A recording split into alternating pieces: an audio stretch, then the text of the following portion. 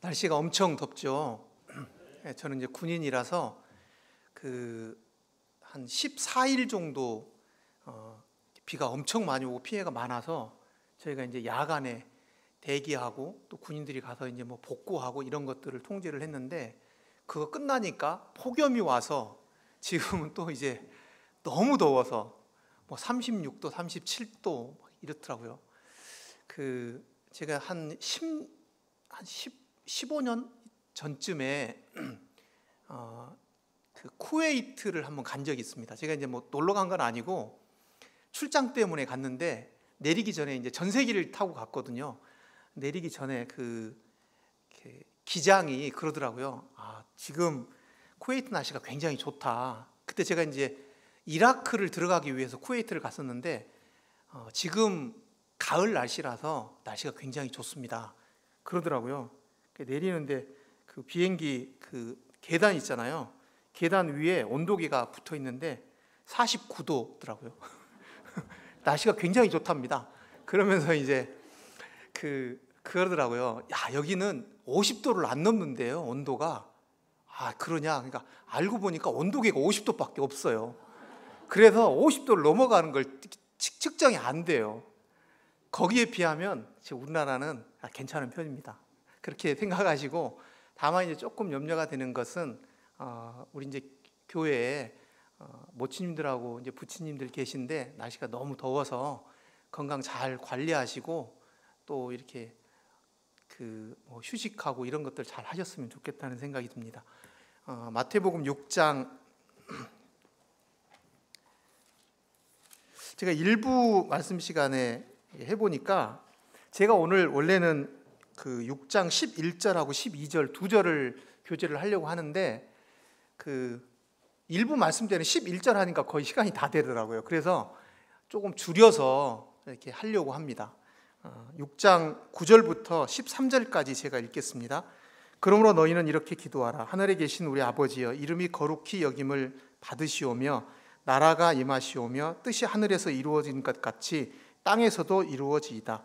오늘 우리에게 일용할 양식을 주시옵고, 우리가 우리에게 죄 지은 자를 사하여 준 것 같이 우리 죄를 사하여 주시옵고, 우리를 시험에 들게 하지 마시옵고 다만 악에서 구하시옵소서. 나라와 권세와 영광이 아버지께 영원히 있사옵나이다. 아멘.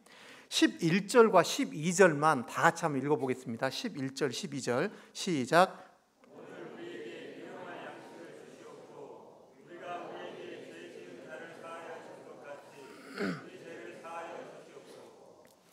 주기도문은 주님께서 제자들에게 가르쳐 주신 기도는 7가지, 크게 나누면 7가지의 기도 제목으로 기도하도록 주님께서 제자들에게 가르쳐 주셨습니다.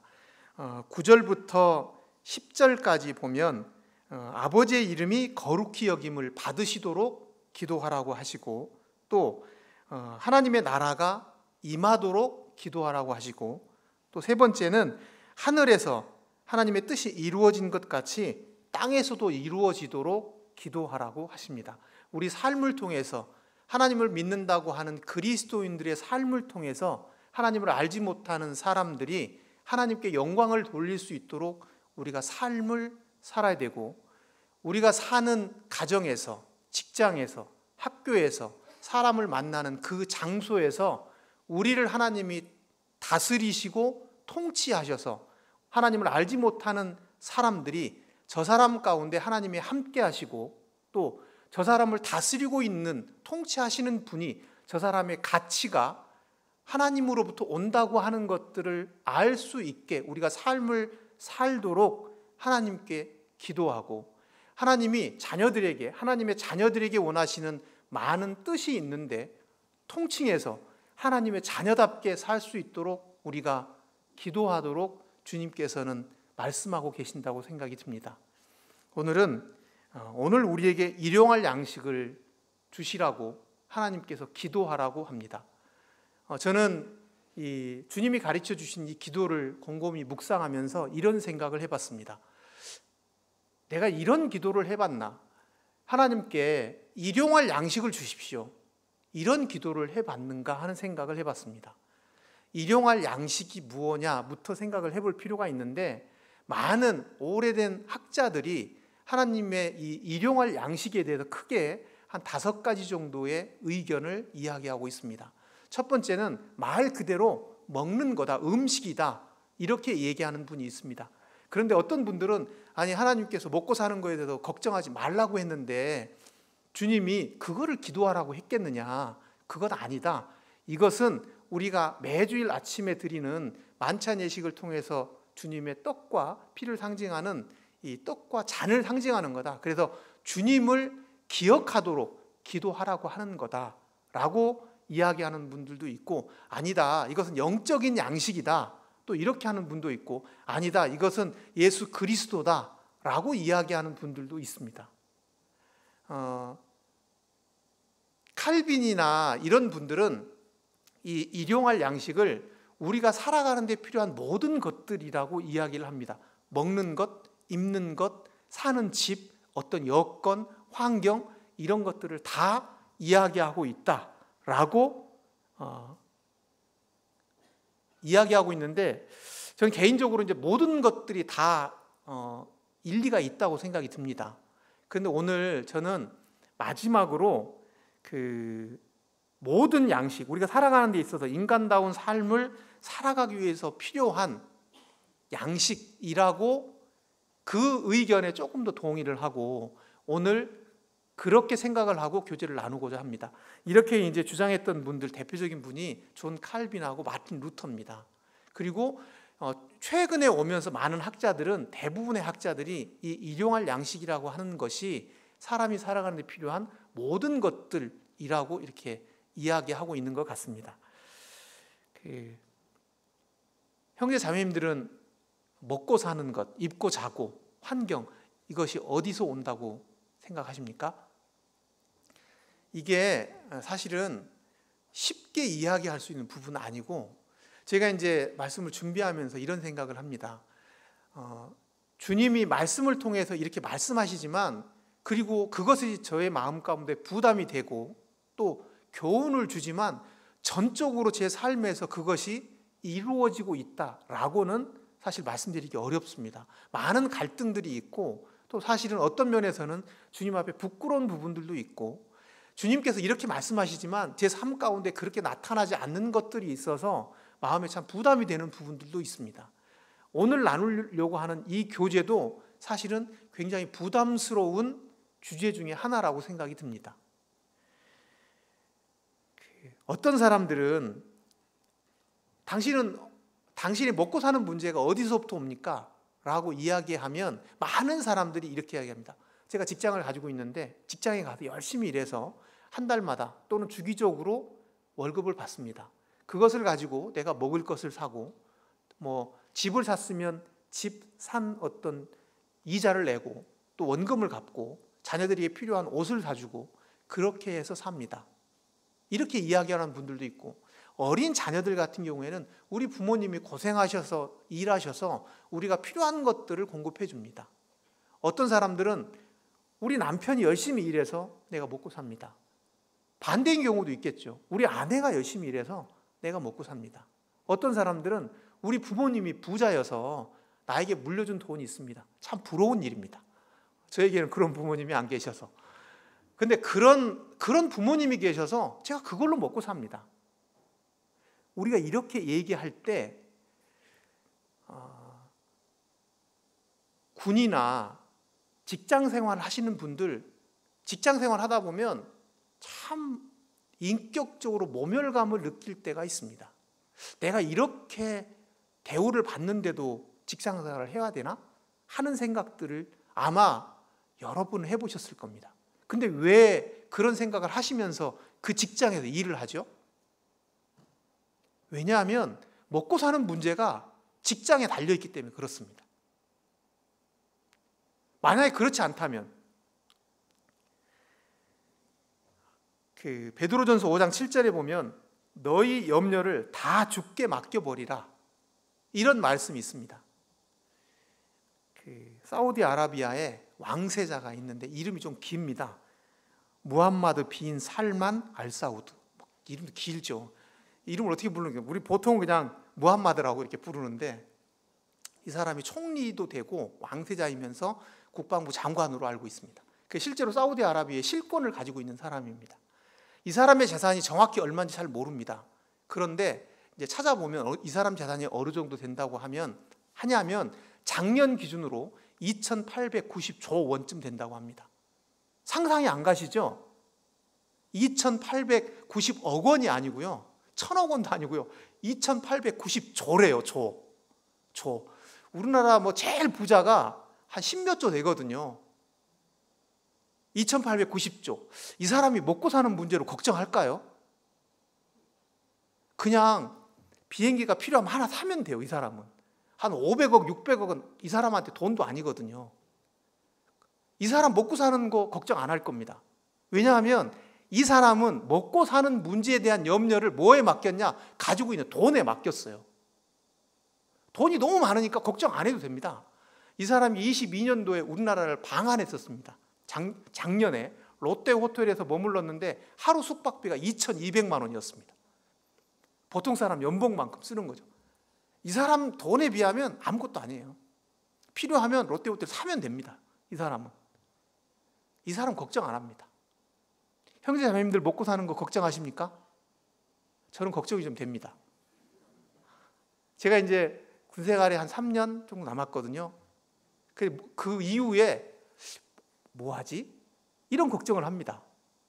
그래서 그 전역한 이후에 이제 생활이나 또 어떤 삶을 꼭 이렇게 먹고 사는 문제가 아니라 삶을 위해서 지금 공부도 하고 있고, 이런 생각을 해봤어요. 무함마드라고 하는 재산이 한 3,000조쯤 있는 사람은 자기의 염려를 가지고 있는 돈에 다 맡겼어요. 그래서 주님께서 우리의 염려를 주님한테 맡기래요. 그런데 안 맡겨집니다. 형제 자매들 맡겨지세요? 왜 안 맡겨질까요? 왜? 이스라엘 백성들이 애굽을 나온 이후에, 출애굽한 이후에 광야에서 하나님이 그들에게 첫 번째로 한 일이 뭐냐? 아침에는 만나를 내리시고 저녁에는 메추라기를 내려주셔서 먹이셨습니다. 그들의 옷은, 의복은 헤어지지 않았어요. 매일 아침에 일찍 일어나서 먹을 만큼 그 만나를 주우라고 했어요. 그런데 꼭 그런 사람들 있잖아요. 하루만큼만 주어라 했는데 꼭 며칠씩 주어요. 그리고 가지고 있다 썩어서 냄새나고 벌레 생겼어요. 꼭 그런 사람들이 있어요. 저도 그런 사람 중에 한 사람일 수 있습니다. 형제 자매님들은 아니라고 하실 수 있어요. 근데 왜 그랬죠? 왜 이스라엘 사람들이 하루만 구하라고 했는데 하루치만 하루 먹을 것만 모아라 했는데 왜 2, 3일 걸 모으죠? 내일 안 내릴 수 있거든요. 하나님이 주신다고 했는데 내가 그거 그래 주실 것 같긴 해. 그런데 안 내리면 어떡하지? 내일 굶어야 되나? 그런 마음이 없었다면 2, 3일 주었을까요? 만약에 형제 자매들 만약에 내일 니네 먹을 거 걱정하지 마라. 내가 널 내일 먹고 잡고 입고 니네 필요한 거 다 채워준다. 100% 신뢰한다고 생각해 보십시오. 100%. 내일 걱정될까요? 하나님이 주실 건데. 우리 지금 형제 자매들 중에 손자가 있는 분들이 있습니다. 그 꼬맹이가 2살짜리, 3살짜리 애가 말을 해요. 아빠, 내일은 우리 뭐 먹어요? 저는 내일 뭐 입죠? 그거 살 돈은 있어요? 내가 지금 초등학교를 가야 되는데 그때 사줄 학용품 살 돈은 있나요? 이렇게 만약 묻는다고 하면 그 부모 마음이 어떻겠어요? 답답하죠. 왜 그런데 얘가 우리 아들이 나를 못 믿나? 우리는 어떤가? 우리는 천지를 창조하신 하나님을 믿는다고 얘기를 하는데 우리는 어떠냐는 거예요. 제가 서두에 말씀드렸지만 저는 실제로 이렇게 깊이 생각해 본 적은 없지만 하나님에 대해서 일용할 양식을 주십시오라고 사실 기도를 그렇게 많이 해본 적은 없습니다. 그런데 주님께서 왜 이 기도를 하라고 하셨을까 하는 거예요. 왜 이 기도를 하라고 하셨을까? 일용할 양식을 왜 달라고 이렇게 기도하라고 하셨을까? 저는 첫 번째는 뭐냐면 하나님이 먹을 것, 우리에게 필요한 것들을 채워주신다고 하는 그분으로부터, 하나님으로부터 우리에게 공급된다라고 하는 믿음이 있어야 이 기도를 할 수 있다고 생각이 듭니다. 하나님이 주시지도 않는데 이 기도를 할 필요가 있을까요? 어쩌면 저는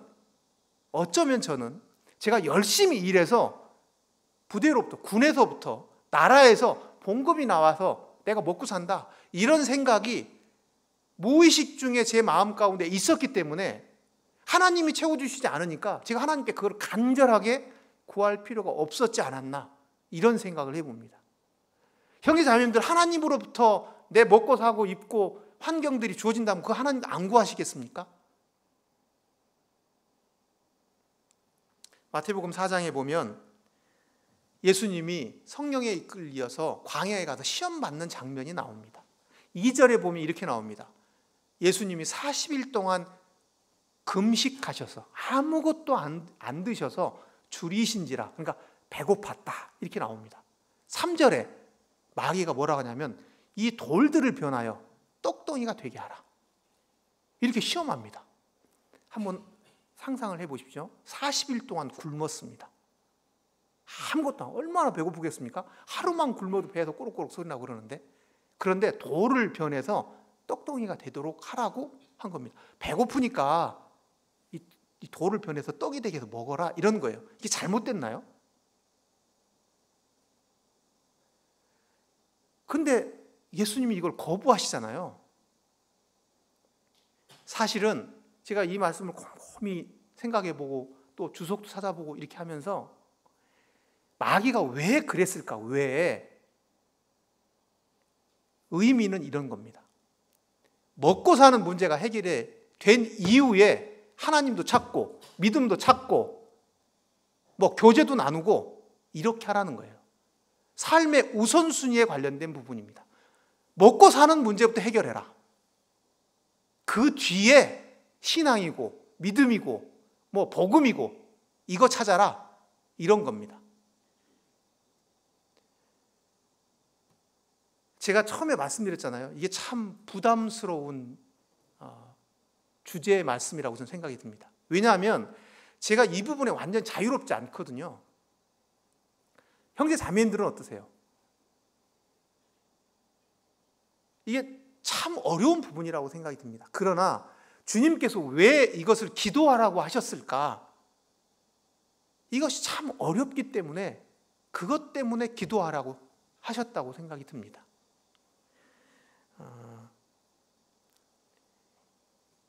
이스라엘 백성이 만나와 메추라기를 통해서 40년 동안 먹고 부족함이 없이 살았습니다.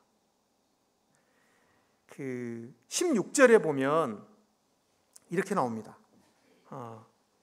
너희 사람 수요대로 한 사람의 한 오멜씩 거두되 각 사람이 그의 장막에 있는 자들을 위하여 거둘지니라 하셨느니라. 그러니까 너희가 가서 한 오멜씩 거둬라.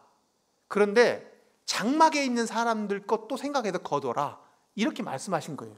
17절에 보면 이스라엘 자손이 그같이 하였다. 하나님이 시키는 대로 장막에 있는 사람들의 있는 것도 고려해서 거뒀다는 거예요.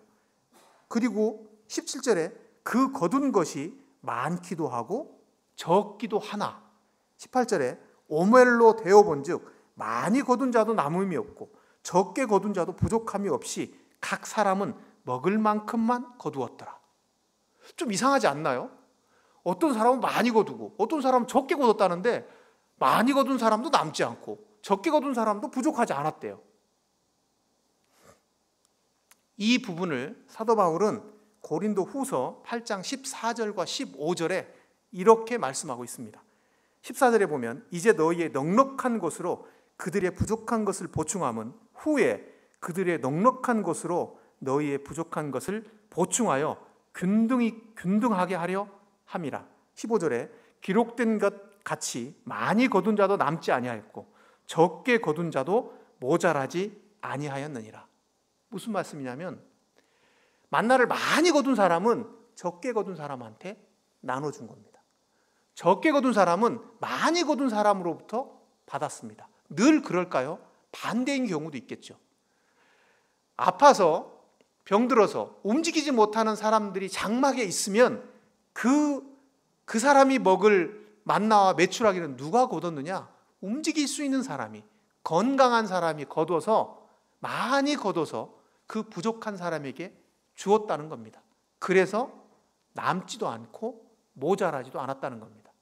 사도 바울이 교회 성도들을 향해서 한때는 여기 있는 성도들이 남아서 부족한 성도들에게 이거를 더 더해주고, 이쪽에 있는 성도들도 많이 있으면 이것을 이쪽에 있는 성도들에게 주었다고 하는 겁니다. 예수님께서 오늘 우리에게 일용할 양식을 주시옵고, 왜 나의 양식을 달라고 하지 않고 우리의 양식이라고 했냐는 겁니다.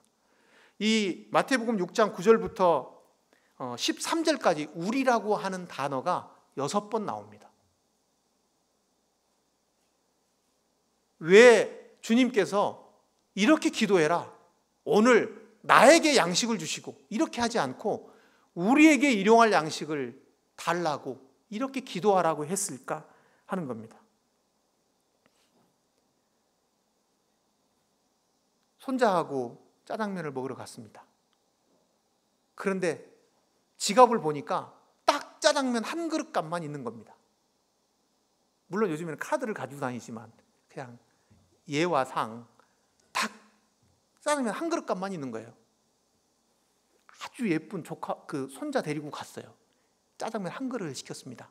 손자야, 미안하다, 짜장면 값이 한 그릇밖에 없다, 너는 참아라. 이런 할아버지 할머니가 있을까요? 그런 사람 있으면 저 옆에서 그럴 거야. 한 그릇 더 시켜줄 거야, 아마. 우리나라 사람 같으면. 그 손자가 먹는, 맛있게 먹는, 짜장면을 맛있게 먹는 그 장면을 보면서 먹지 않더라도 할아버지 할머니가 그 얼마나 보기 좋겠어, 예쁘고. 우리라는 개념이 이런 개념이라고 생각이 듭니다. 그런데 쉽지 않죠. 이게 제가 이렇게 말씀드리지만 쉽지 않는 거라고 생각이 듭니다. 이 우리라는 개념이 작으면요, 가족은 됩니다. 가족. 사랑하는 아내, 아이들. 내가 좀 부족해도 아내와 자녀들을 위해서는 충분히 양보할 수 있습니다. 이것은 하나님을 믿지 않는 사람들도 그럴 수 있습니다. 우리가 하나님을 믿는 사람이라고 하면서 그들과 동일한 우리의 개념을 가지고 있다고 하면 이것은 우리가 주님 앞에서 다시 한번 우리 자신을 돌아볼 필요가 있지 않나 하는 생각이 듭니다. 우리의 개념이 우리 팔공로 교회 성도들까지 확장될 수는 있다고 생각이 듭니다. 성도들 중에 어려운 분들이 있으면 우리가 힘써서 돕고 위로하고 할 수 있다고 생각이 듭니다. 조금 더 넓혀서 우리 주변에 우리 팔공로 교회에 도움이 필요한 분들이 있다고 하면 그분들에게까지도 우리의 개념을 넓히는, 저기 전라도 화순에 부자인, 조선 후기 일제시대 이때 아주 부자인 사람이 살았는데, 이 사람이 선교사들을 통해서 복음을 들었습니다. 복음을 듣고 정말 가치 있는 것이 무엇인가를 생각하고 자기가 가지고 있던 많은 재산들을 가난한 사람이 나눠줬습니다. 그리고 나서 자기가 믿는 하나님을 믿으라고, 내가 만난 예수님을 만나라고 이렇게 이야기를 했습니다. 그래서 그때 당시에 많은 사람들이 예수님을 영접하고 하나님께 영광을 돌리고 이런 일들이 있었다고 합니다. 오늘 우리에게 일용할 양식을 달라고 하는 이 기도 속에는 우리도 하나님께서 그런 양식을 주셔서 우리도 그런 역할을 할 수 있도록 하나님께서 우리에게 일용할 양식을 주시도록 기도하는 것도 포함된다고 생각이 듭니다. 우리에게도 큰 부자가 있어서 그분이 정말 이 예수님의 이름으로, 교회의 이름으로 필요한 사람들에게 그러한 것들을 공급하고 위로하고 하는 그런 일들도 있었으면 좋겠다는 생각이 듭니다. 그것을 위해서도 기도하고, 우리가 이렇게 기도할 때 우리의 직장에서, 학교에서 최선을 다해서 공부하고 또 직장에서 자기 역할을 할 거라고 생각이 듭니다. 왜? 그런 것들을 하기 위해서.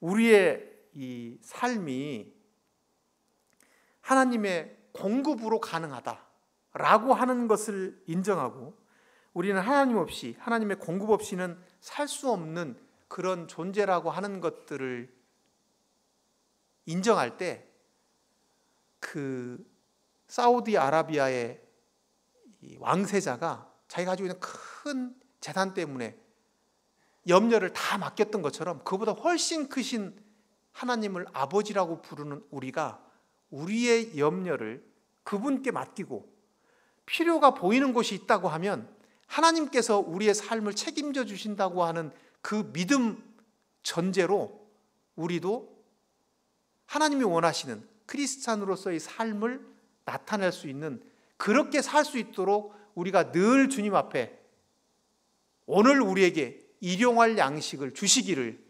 기도하고, 또 그렇게 삶을 살아가는 저와 형제 자매님들이 되셨으면 좋겠습니다.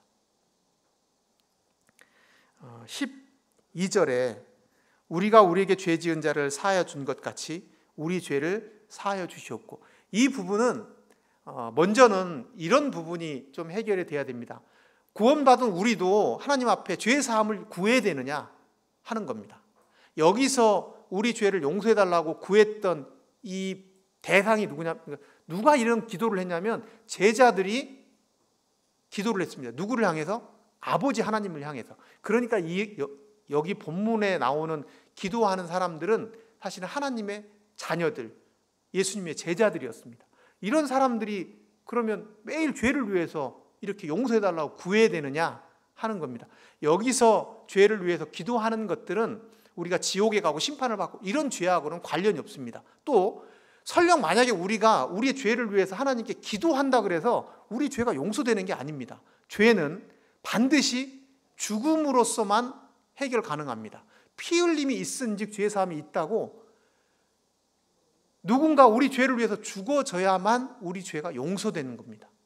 여기서 말하는 죄는 그런 것이 아니라 아버지와 아들의 관계가 친밀한 관계가 되기 위해서 그런 간구. 그러니까 요한복음에 보면 예수님께서 유월절 전날에 제자들이 발을 씻겨주시잖아요. 근데 베드로가 이제 내 발 못 씻깁니다. 어떻게 내 스승님이 내 발을 씻깁니까? 그러니까 예수님이 내가 너 발 안 씻기면 너 나하고 관계가 없다. 베드로가 그러죠. 그러면 손하고 머리도 다 씻겨주십시오. 그때 베드로가 뭐라고 하냐면, 목욕한 사람은 이미 깨끗하다. 그러니까 우리가 예수님을 믿고 예수님을 우리 삶의 주인으로 받아들인 우리는 의인이라고 하는 겁니다. 더 이상 죄의 문제에 대해서 더 이상 그것 때문에 얽매여 있지 않아도 된다고 하는 겁니다. 하지만 발은 씻으라고 하잖아요. 그런 의미라고 생각하시면 될 것 같습니다. 그러면 이 기도를 왜 하라고 했냐 하는 겁니다. 이 기도를. 시간을 조금 쭉 해서 우리가 조선시대에 산다고 생각을 해보겠습니다. 조선시대 제일 악질인 왕이 누굽니까? 막 생각나는 사람, 뭐 광해, 뭐 이런 사람들 있잖아요. 보통 이제 뭐 정 이런 사람 말고 뭐 광해 이런 사람들은 좀 폭정을 했던 사람이라고 생각이 들어요. 예전에 영화도 있었잖아요. 제가 만약에 그 당시로 가서 사람들이 그 광해 저 나쁜 놈이다 그랬다가 그게 왕의 귀에 들어갔어요. 그럼 제가 어떻게 될까요? 아마 구족이 멸하겠죠. 우리 집안도 막 싹 다. 요즘 같으면 어떻게 했어요? 요즘에 뭐 대통령님을 막 엉망이 이렇다고 그래서 우리가 막 가서 막 사형당하고 그러나요? 근데 그 당시에는 그렇다는 거예요. 그러니까 사실은 죄라고 하는 것도 그런 겁니다. 죄. 사람들이 내가 죄인이라고 그러면 내가 왜 죄인이야 이렇게 생각하는데, 죄라고 하는 것은 그 가치, 지금 우리나라 지금 대한민국에 살고 있는 사람들의 죄는 헌법과 형법과 민법 이런 법에 의해서 죄를 논하거든요. 예를 들면 조선시대에 주인이 종을 막 때렸어요. 그게 죄가 되나요? 안 돼요. 그 당시에는 그게 죄가 아니거든요. 그래서 죄라고 하는 것은 기준이 뭐냐 하는 거예요. 기준이 하나님의 기준으로 보면 내가 저 사람 죽일까? 그럼 살인한 거죠. 이거 하나님의 기준이에요. 내가 인정한다고. 예를 들면 요즘에 이제 그 횡단보도를 통과하는 법이 막 바뀌었잖아요. 뭐 가담 서야 되고 일단 정지해야 되고. 근데 내가 몰랐어요. 경찰한테 그런 거야. 내가 몰랐다. 그렇다고 죄가 안 되나요? 하나님에 대해서, 사람과 하나님과의 관계에서 나는 그런 거 몰랐다. 관계없어요. 그래도 죄인 거예요. 이제 죄가 조금 다르거든요. 그래서 내가 이제 만약에 조선시대 가가지고 왕 나쁘다 막 이렇게 하면 걸리면 이제 죽겠죠. 몰래 지금 왕이 마음에 안 들어. 우리 반역을 일으키자. 그래 걸렸어요. 그럼 어떻게 되겠어요? 살아남을 수가 없죠. 살아남을 수가 없어요. 몰래 궁에 들어갔다가 제가 그 왕이 앉는 의자에 딱 앉았다가 몰래 일어났어요. 도망갔어. 걸렸어. 그럼 어떻게 됐을까요? 죽어요. 그거 죽어요. 이상하잖아요. 왕을 뭐라고 해도 죽고, 죽이려고 해도 죽고, 걸리면 의자에 앉았다 일어나도 죽어요. 왜 그러냐는 거예요. 왜? 그거는 대상의 차이입니다. 왕의 가치가 워낙 높기 때문에 그 왕한테 잘못하면 우리 입장에서는 아무것도 아닌데, 왕이 워낙 고귀하기 때문에 그 왕한테 잘못하면 죽는다는 거예요. 뭐라고 했든, 욕을 했든, 뭐 의자에 앉았든, 뭐 죽이려고 했든. 다시 돌아와서 우리가 하나님한테 했던 행동들을 한번 보세요. 우리가 하나님을 알지 못할 때, 또 알고 있는 지금 시점에도 우리가 하나님을 어떻게 대우했는지를 한번 생각해 보세요. 왕보다 훨씬 고귀하고 훨씬 비교할 수도 없는 권위를 가지신 그 하나님한테 우리가 어떤 행동을 했는지를 생각해 보세요. 그렇다고 하면 우리는 죽어서 마땅한 그런 존재들입니다. 용서받을 수 없는 그런 존재들이죠. 그런데 그런 우리를 하나님이 용서해 주셨어요. 그리고 제가 얼마 전에 어떤 청년하고 이제 복음 교제를 하면서 그런 얘기를 했습니다. 사람이 언제 행복하냐? 사람이 언제 행복하냐? 누군가로부터 사랑받으면 행복하다. 자녀는 부모로부터 사랑받을 때 행복하다. 어릴 때. 조금 더 크면 친구로부터 사랑받을 때 행복하다. 조금 더 크면 내가 사랑하는 사람이 있고 그 사랑하는 사람이 나를 사랑해주면 행복하다. 형제자매들 행복하세요? 얼굴이 갑자기 이렇게 굳어지시는 분들도 있어요. 저는 행복합니다. 정말 행복한 사람이 누구냐? 사랑받는 사람이에요. 그런데 스바냐에서 보면 하나님께서 우리를 향해서 우리가 너무 좋아서 어쩔 수 없을 만큼 우리를 사랑하신대요. 그렇게 우리를 사랑하셔서 우리가 하나님한테 잘못해도, 그렇게 잘못한 게 많은데 그런 우리를 용서하시기 위해서 그 아들 예수 그리스도를 이 땅에 보내주시고, 그 아들이 저를 대신해서 죽어주시고, 그거를 믿을 때 우리의 모든 죄를, 우리가 하나님을 향해서 잘못한 모든 것들을 용서해 주시고 기억하지도 않으신대요. 그렇게 우리가 용서함을 받은 사람들입니다. 형제자매님들이 사업하다가 쫄딱 망했어요. 빚이 한 1,000억쯤 있다고 생각해 보세요. 빚쟁이가 매일 따라다녀요. 네 간, 아니 콩팥 잘라서 2개니까 하나 잘라서 팔아야 되겠다 뭐 이러고 맨날 와서 막 하루하루 삶이 뭐 정말 지옥 같겠죠. 근데 돈 많은 사람이, 그 무함마드 이런 사람이 와서 1,000억 내가 갚아줄게. 갚아줬어요. 근데 내가 옆에 있는 친구한테 50만 원 빌려줬네. 50만 원 안 갚는다고 내가 맨날 가서 뭐라고 해봐요. 너 50만 원 안 갚아, 빨리 갚아. 언제 갚을 거야? 그러면 우리가 생각할 때, 야, 저 사람 사람도 아니다. 그렇게 하죠? 그렇잖아요. 우리는 하나님한테 그렇게 큰 죄를, 죽어서 마땅한 죄를 용서받았어요. 그런데 우리 마음 가운데 우리한테 잘못한 형제 자매, 그 미워하는 마음이 우리 마음 가운데 있는 거예요. 저 형제만 보면, 저 자매만 보면 마음이 불편해요. 주님께서 이 기도를 하라고 하실 때, 우리가 우리에게 죄 지은 자를 용서해 준 것 같이 우리를 용서해 주십시오라고 하는 이 말을 반대로 하면 주님, 제가 이렇게 큰 용서를 받았으니까 저도 이제 나한테 잘못한 사람을 용서하며 살겠습니다. 제 마음이 잘 안 되지만 하나님, 제가 그런 마음을, 우리 주님께서 나를 향해서 그렇게 큰 용서를 해주신 것을 기억하고 그걸 감격하고 감동해서 내가 마음이 참 불편한 부분도 있지만 내가 그것을 용서할 수 있도록 주님의 사랑을 기억나게 하시고 또 하루하루 매일 경험하게 하시고 성경을 통해서 하나님이 나를 어떻게 사랑하셨는지 내 마음 가운데 감격하게 하셔서 나한테 잘못한 형제 자매, 내 주변에 있는 사람들의 잘못을 용서할 수 있도록 그렇게 기도하라고 한 것이 아닌가 하는 생각이 듭니다. 제가 이런 얘기했습니다. 조금 과격하게 표현한다고 하면 용서받은 사람은 용서할 수 있습니다. 반대로 과격하게 표현해서 용서하지 못하는 사람은 용서를 경험하지 못한 사람입니다. 제가 좀 과격하게 표현한다고 했습니다. 우리는 하나님으로부터 큰 용서를 받았습니다. 정말 측량할 수 없을 만큼의 큰 용서를 받았습니다. 그런 우리가 주변에 있는 우리 옆에 있는 형제 자매들의 잘못을, 눈에 거슬리는 것들을 어떻게 해야 될까 하는 생각을 해봐야 되지 않겠나 하는 생각이 듭니다. 스데반이 자기를 돌로 때리는 사람들을 그러잖아요. 저 사람들의 죄를 용서해달라. 저들이 하는 것을 알지 못한다. 주님께서 십자가에 달리시면서 그러잖아요. 누가복음에 아버지, 저들을 사하여 주옵소서. 자기들이 하는 일을 알지 못함이니이다. 우리도 주님께서 우리에게 그렇게 큰 사랑을 베풀어 주셨습니다.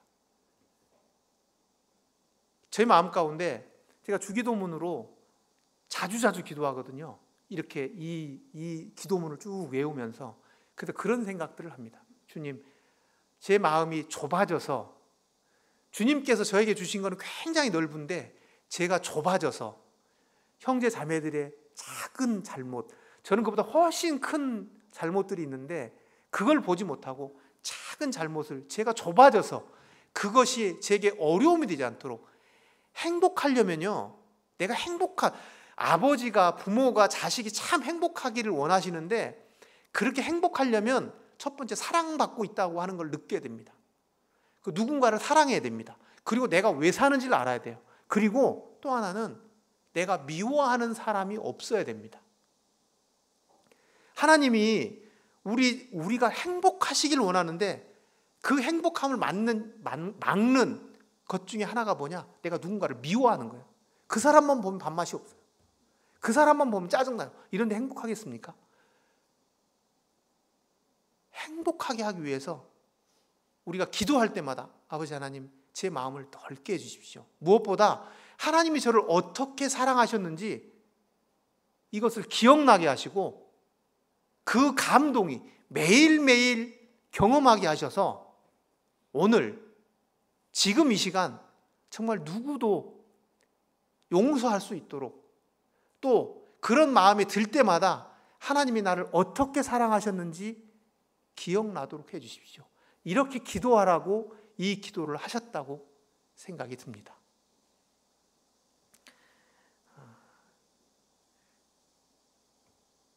이 다섯 번째 기도는 우리로 하여금 내가 어떤 사람인지, 형제 자매님들은 우리는 모두 다 용서받은 죄인입니다. 그 용서받은 죄의 크기는 우리 형제 자매님들이, 주변의 사람들이 나에게 잘못한 것과는 비교할 수 없을 만큼 큽니다. 그래서 오늘 이 11절 일용할 양식을 주시옵고, 하나님께서 우리에게 우리의 필요한 것들을 공급해 주시는 분이다. 그래서 우리의 삶의 우선순위가 하나님이고 충성의 대상이 직장에서 그렇게 힘들고 인격적으로 모욕을 받아도 꿋꿋하게 이렇게 지내는 것처럼, 왜 그러냐? 먹고 사는 것이 거기서 나온다고 생각하니까 하나님으로부터 온다고 하는 것들을 알고 또 하나님이 주시는 것, 형제 자매들 중에 내일 먹을 거 걱정하시는 분들 그렇게 많지 않잖아요. 왜 그러면 오늘 먹을 거 말고도 더 주셨느냐 하는 거예요. 우리라고 하는, 왜 우리에게 일용할 양식을 달라고 기도하라고 하셨을까 하는 부분을 우리가 곰곰이 생각해보고, 기도하면서 또 우리가 우리에게 죄 지은 자를 용서해 준 것 같이 우리 죄를 용서해 달라고 기도하라고 하는 그 하나님의 마음, 그걸 우리가 이렇게 생각하고 이런 기도를 할 때마다 넓은 마음을, 그리고 더 무한 것은 매일매일 하나님께서 우리를 향해 해주셨던 그 용서의 감동과 감격을 경험하시면서 그렇게 사셨으면 좋겠다 하는 생각이 듭니다. 기도하시고 마치겠습니다. 아버지 하나님, 우리의 존재의 가치에 비해서 우리를 너무 과하게 사랑하시고 우리의 필요를 채우시며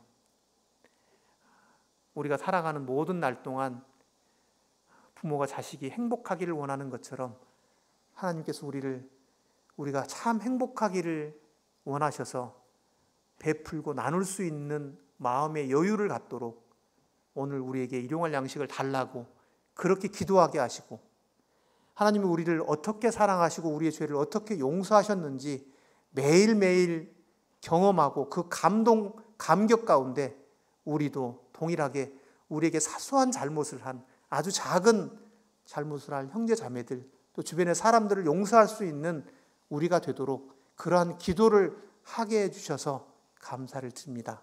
우리가 우리 삶을 통해서 하나님의 향기를 나타내고 우리 삶을 통해서 하나님의 이름이 높임을 받고 우리 삶을 통해서 하나님을 나타낼 수 있도록 우리가 하나님이 가르쳐준 이 기도가 우리 삶의 기도가 될 수 있도록 축복해 주시옵소서. 이 모든 것을 예수님의 이름으로 기도를 드립니다. 아멘. 감사합니다.